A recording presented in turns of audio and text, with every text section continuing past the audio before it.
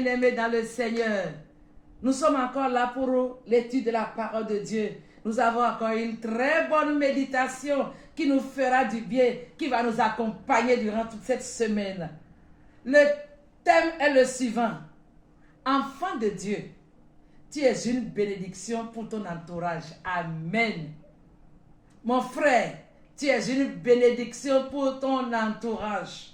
Ma soeur, tu es une bénédiction pour ton entourage. Lisons Genèse, le chapitre 22, le verset 18. Genèse 22, le verset 18, qui dit ceci. Toutes les nations de la terre seront bénies en ta postérité parce que tu as obéi à ma voix. Ici, nous voyons que dès l'appel d'Abraham, quand Dieu a appelé Abraham, il lui avait dit que toutes les nations seront bénies en ta postérité, dans ta descendance. Et nous avons vu comment Dieu a béni vraiment la descendance d'Abraham et ils ont été des sources de bénédiction. Et je voudrais que chaque chrétien ce matin comprenne ceci. Tu n'es pas n'importe qui. Je ne suis pas n'importe qui. Parfois, il semble que nous ne connaissons pas assez. Nous ne connaissons pas exactement notre importance aux yeux du Seigneur. En tant qu'enfant de Dieu, il y a une grâce exceptionnelle que Dieu dépose sur nos vies. Une grâce exceptionnelle en tant qu'enfant de Dieu. Et à travers les exemples bibliques de ce matin, nous allons voir comment est-ce que nous sommes des sources de bénédiction autour de nous. Dans Genèse, le chapitre 12, le verset 2, Dieu avait dit à Abraham, tu seras une source de bénédiction. Et après, il a prononcé la bénédiction aussi pour sa descendance. Dieu a fait cette déclaration importante. Tu seras une source de bénédiction. Et nous aussi, nous sommes appelés les descendants d'Abraham. Galates 3, 29 dit quoi? Galates 3, le verset 29 dit ceci. Et si vous êtes à Christ, vous êtes donc la postérité d'Abraham, héritier selon la promesse.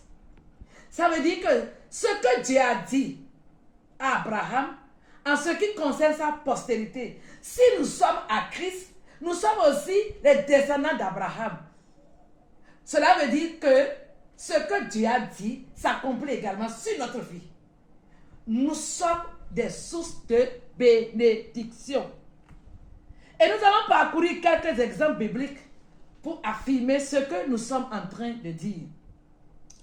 Déjà dans le livre de Genèse, le chapitre 30, le verset 27, lorsque Jacob, descendant d'Abraham, Jacob, en fuyant son frère Ésaü, s'est retrouvé chez son oncle Laban.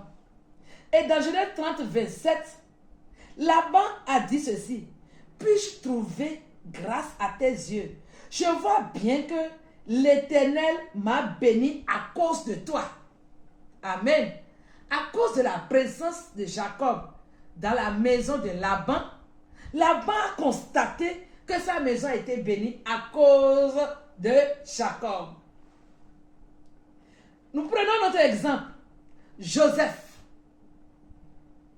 vendu comme esclave, arrivé dans la maison de Potiphar, dans Genèse 39, verset 5, Joseph, chez Potiphar, a apporté la bénédiction.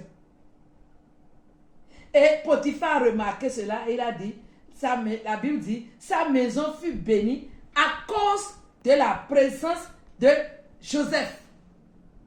Parce que Joseph était chez Potiphar, la maison de Potiphar était bénie à cause de Joseph. Nous allons maintenant dans le Nouveau Testament. Dans le livre des Actes des Apôtres, Actes le chapitre 27, il est question là de l'apôtre Paul lorsqu'il avait pris le départ de Césarée avec d'autres prisonniers en se rendant à Rome pour être jugé. En cours de route, une grande tempête s'est soulevée et le bateau a connu des difficultés. Le capitaine du bateau a perdu le contrôle. Tout le monde était désespéré. Tout le monde savait que c'était fini. Les gens savaient qu'ils vont mourir. Et à cause de la présence de l'apôtre Paul dans ce bateau, la vie de tous ceux-là a été sauvée. Acte 27, 24, la Bible dit, dans la nuit, un ange est apparu à Paul et lui a dit ceci. Dieu t'a donné tous ceux qui naviguent avec toi. Amen. Effectivement, quand vous lisez toute l'histoire, à la fin, le bateau a été brisé, mais aucun de tous ceux qui étaient dans le bateau n'a perdu sa vie. À cause de quoi? La présence de Paul dans ce bateau. Frères et sœurs, de la même manière aujourd'hui, il y a plusieurs personnes qui ont eu la vie sauve à cause de ta présence.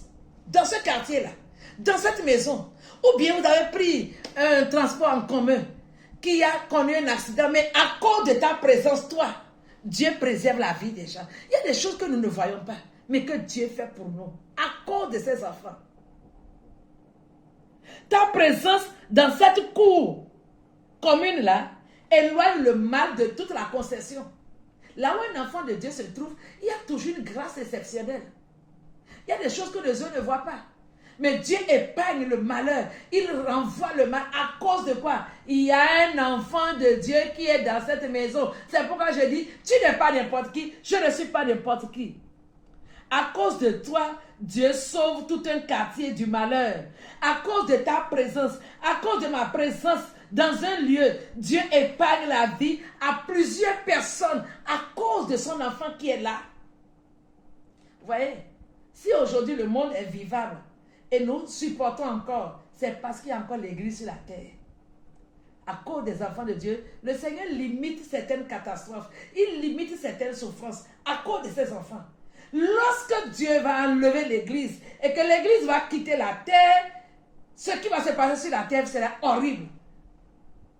C'est l'église qui retient encore le mal de sévir comme il doit sévir. Notre présence sur la terre limite beaucoup de choses. Il y a beaucoup de délivrances visibles, des délivrances invisibles, parfois que nous ne voyons pas à nos yeux, mais qui se produisent dans des localités juste à cause des saints. Voyez-vous comment Dieu veille sur ses enfants? Comment Dieu prend soin de nous et notre vie est une source de bénédiction. Quand Dieu voulait détruire Sodome et Gomorrhe, qu'est-ce qu'il a dit à Abraham? Si je trouvais 10 justes à Sodome et Gomorrhe, je ne vais pas détruire la ville. Vous voyez? Si je trouvais 10 justes, à cause de là, je ne vais pas détruire. Et c'est ce qui se passe aujourd'hui dans notre vie. Dieu prend soin de nous. Et à cause de nous, il épargne beaucoup de personnes. Nous sommes importants aux yeux de Dieu. Ma soeur, ta présence dans ce foyer a apporté la grâce de Dieu. Mon frère, parce que tu es dans ce service-là, il y a une grâce exceptionnelle qui est dans ce service-là. Ta présence est une bénédiction. Là où nous nous trouvons, nous avons une grâce qui nous accompagne. C'est pourquoi nous ne devons pas nous comporter comme les plus malheureux, les personnes qui ne savent pas ce qu'elles sont. Nous sommes importants aux yeux du Seigneur. Tu es important aux yeux du Seigneur et tu as une bénédiction pour ton entourage, une bénédiction pour ta famille, une bénédiction pour ton quartier, une bénédiction pour ta nation. Et je voudrais que ce matin, tu répètes ces paroles après moi. Je ne suis pas n'importe qui. J'ai de la valeur aux yeux du Seigneur. Alléluia. Je suis une bénédiction pour ma famille. Je suis une bénédiction pour mon quartier. Je suis une bénédiction pour ma nation. Alléluia. Enfant de Dieu, tu es une bénédiction pour ton entourage. Que Dieu vous bénisse et n'oubliez jamais cette identité. C'est une grâce que nous avons reçue de la part du Seigneur. Shalom à vous et que la semaine soit agréable pour chacun au nom de Jésus-Christ. Amen.